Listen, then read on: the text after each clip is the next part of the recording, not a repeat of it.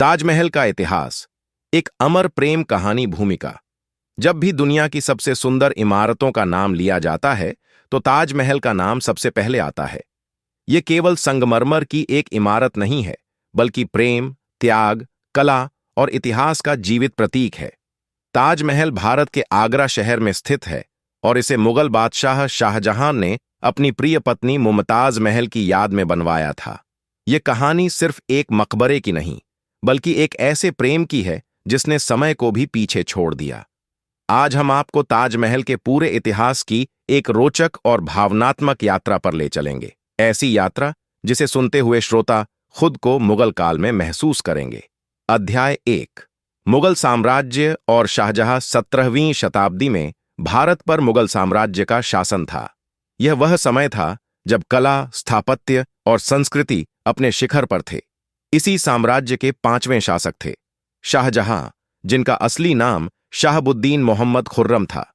शाहजहां एक शक्तिशाली शासक होने के साथ साथ कला और सुंदरता के बड़े प्रेमी थे। उन्हें भव्य इमारतें बनवाने का शौक था। लाल किला, जामा मस्जिद और मोती मस्जिद जैसी कई शानदार इमारतें उन्हीं की देन हैं। लेकिन इन सब में सबसे खास और अनोखी रचना थी ताजमहल।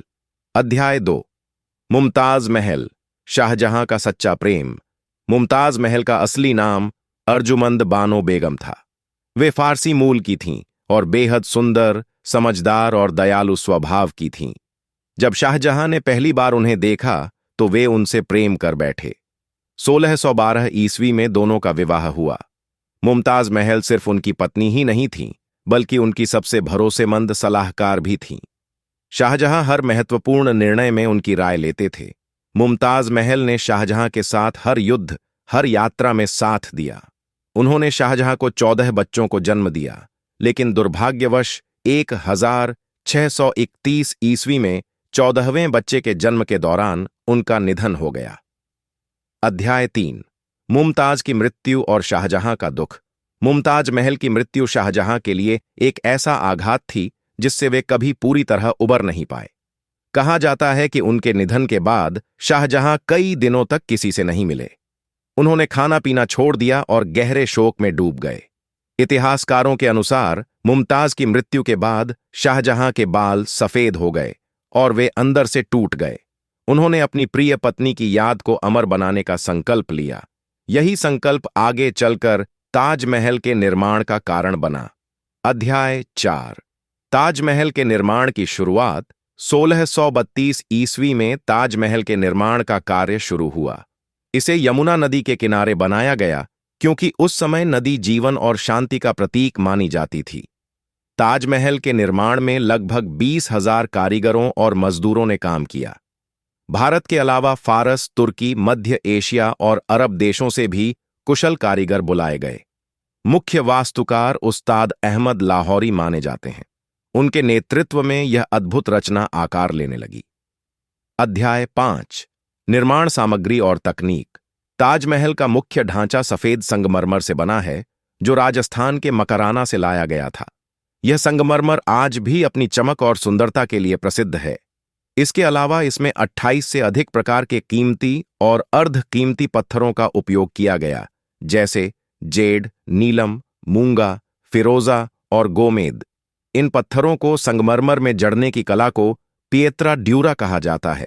यही कला ताजमहल को इतना खास बनाती है। अध्याय 6। ताजमहल की वास्तुकला। ताजमहल की वास्तुकला मुगल, फारसी, तुर्की और भारतीय शैलियों का अद्भुत मिश्रण है। इसका मुख्य गुंबद लगभग 73 मीटर ऊंचा है और चारों ओर 4 मीनारें हैं। दिलचस्प बात यह है कि मीनारों को थोड़ा बाहर की ओर झुकाकर बनाया गया है ताकि भूकंप या आपदा के समय वे मुख्य मकबरे पर न गिरें। ताजमहल के चारों ओर बना 4 बाग फारसी शैली का सुंदर उद्यान है, जो जन्नत यानी स्वर्ग का प्रतीक माना जाता है। अध्याय 7। कुरान की आयतें और नक्काशी।